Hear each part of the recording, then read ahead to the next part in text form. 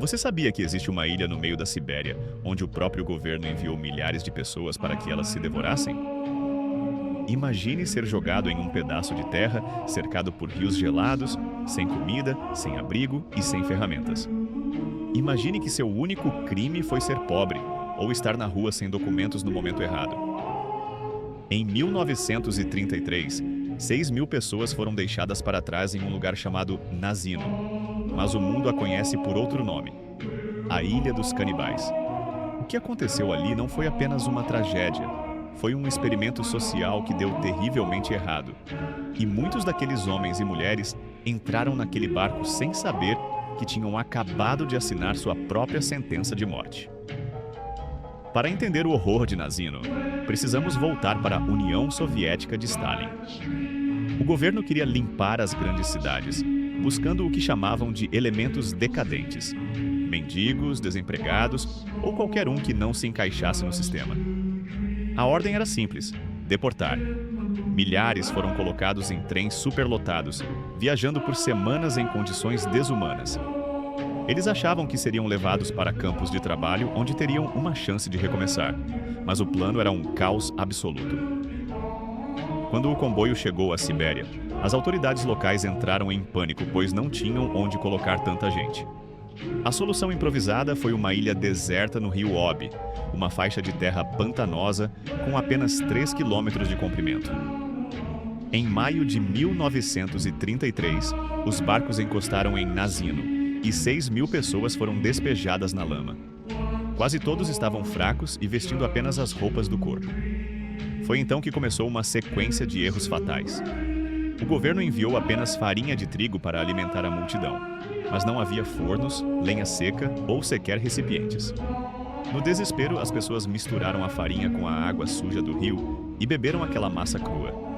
Em questão de horas, o surto de disenteria começou. As pessoas caíam onde estavam e, à noite, a temperatura caía abaixo de zero. Sem abrigo, os prisioneiros cavavam buracos na terra para tentar escapar do vento cortante. Muitos dormiam e simplesmente nunca mais acordavam. No terceiro dia, o cheiro de morte já dominava a ilha, mas o pior ainda estava por vir. Quando a fome atinge o nível do desespero absoluto, a moralidade humana desaparece. Os guardas posicionados em barcos ao redor da ilha atiravam em qualquer um que tentasse nadar para a liberdade.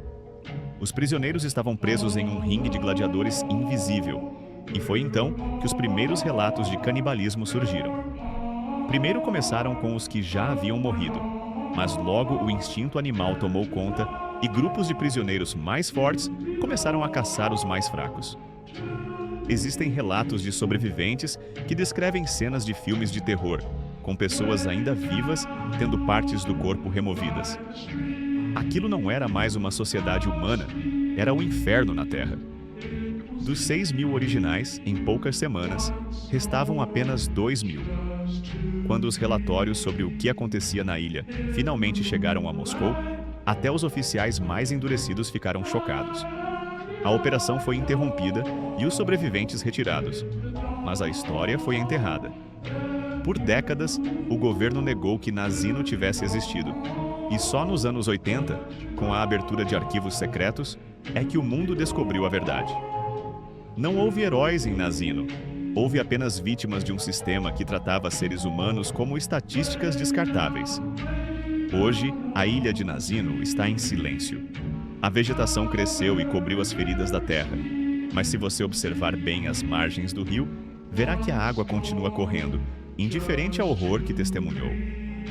Nazino nos lembra que a linha entre a civilização e a barbárie é mais fina do que imaginamos e que, às vezes, o maior monstro de uma história de terror não é algo sobrenatural, mas o próprio homem.